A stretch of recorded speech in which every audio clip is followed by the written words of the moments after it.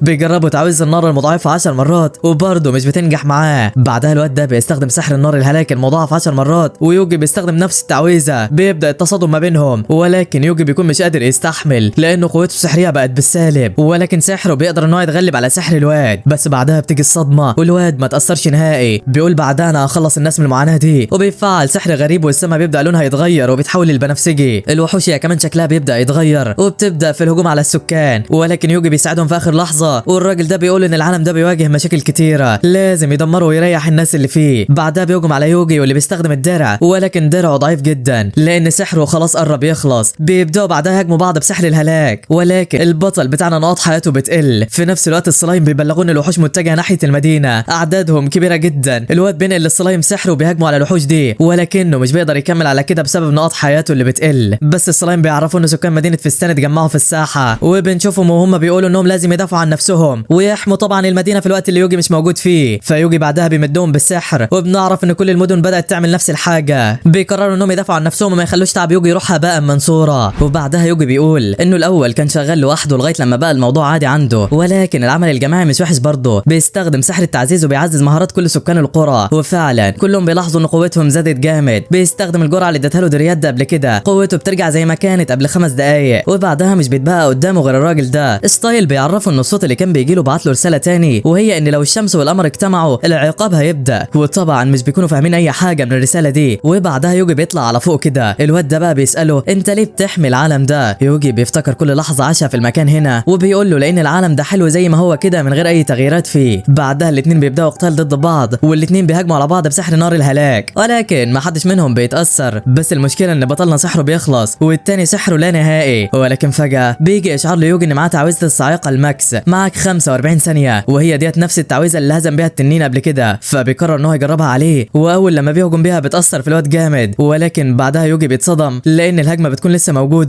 ويقدر يستخدمها اكتر من مره. وفعلا بيبدا يهجم هجمات كتيره ورا بعض وبيتاكد ان الهجمات الاولانيه مش بتاثر. فبيقرر يستخدم الخنجر وبعدها بينشر السلايم في كل حته. بيفعل الصاعقه الماكس ولكن على الخنجر بس. فالواد ده بيتعصب وبيقول ان هو يستخدم اقوى هجمه عنده، بس السلايم بيفعلوا الحاجز العادي كمان الحاجز الاسود. وبنعرف ان لما الصوت قال اجتماع الشمس والقمر قصده على الكسوف يعني، واللي هو بيحصل حاليا. بعدها يوجي بيمسك الخنجر وبيطعن بيه الواد ده وبيقدر ان هو يدمره تماما. بيحصل بعدها انفجار ضخم في المكان، ولكن بطلنا بيكون واخد احتياطاته، حاطط درع على نفسه وحمى نفسه من كل حاجه. بعدها بينزل من السماء وبيكون شكله اقوى من الاول والسماء بترجع زي ما كانت الاول والدنيا رايقه. يوجي طبعا بيمشي من المدينه، فالسلايم بيسالوه عن السبب اللي خلاه يمشي، فبيعرفهم ان هو مشى بسبب ان النقابه لسه تحت اداره الطائفه. هو بيسال السلايم اهل المدن بيعملوا ايه دلوقتي، وبنعرف ان كل اهل المدينه كانوا بيحتفلوا فرحانين جدا. الواد هو كمان بيفرح على الاخر وبعدها بيقعد ياكل كده. ولكن بنلاحظ ان في نمور بتبقى حواليه وبنشوفه بعدها وهو في النقابه، وبيعرف البنت ديت ان هو هياخد مهمه النمور دي لانه لقاهم في طريقه فقتلهم. فالبنت بتقول له نادي بقيه اعضاء فريقك علشان يستلموا المكافاه معاك. فبيعرفها ان هو ما عندوش اي فريق، هو قتلهم لوحده. البنت بقى بتكون مفكره بيكذب وفريقه مات، وهو طبعا ما كانش متقبل الموضوع وبتبدا تعيط. فبتيجي الست ديت على المكان وبتقول ان النمور ديت مقتوله بسحر النار وكمان شخص واحد هو اللي قتلهم. هو بتسال يوجي اذا كان خبير في السحر ولا ايه، فبيقول لها ان هو مجرد مروض يعني. ولكن الست بتقول له انها سمعت عن مروض بيستخدم السحر وهو نفسه اللي انقذ كوره كتيره جدا وبرضه قتل التنين الاسطوري، وبيكونوا كمان عارفين اسمه والواد ما عادش عارف يعمل ايه. في مكان تاني بقى بنشوف مجموعه من الناس قاعدين وبيقولوا انهم مش عارفين يتواصلوا مع والتر. فالراجل ده بيقول انهم لازم يبلغوا المقر، بس ما ينفعش يبلغوا المقر على حاجه تافهه زي دي. وبيقولوا بعدها كده كده القاره ديت هتتدمر كمان يومين بسلاح التطهير، وشكلهم كده مش ناويين على خير يا صديقي. المهم لحد هنا بيخلص الجزء الاول من الانمي بتاعنا. لو عجبك ما تنساش اللايك والاشتراك يا عم، ويلا سلام سلام سلام.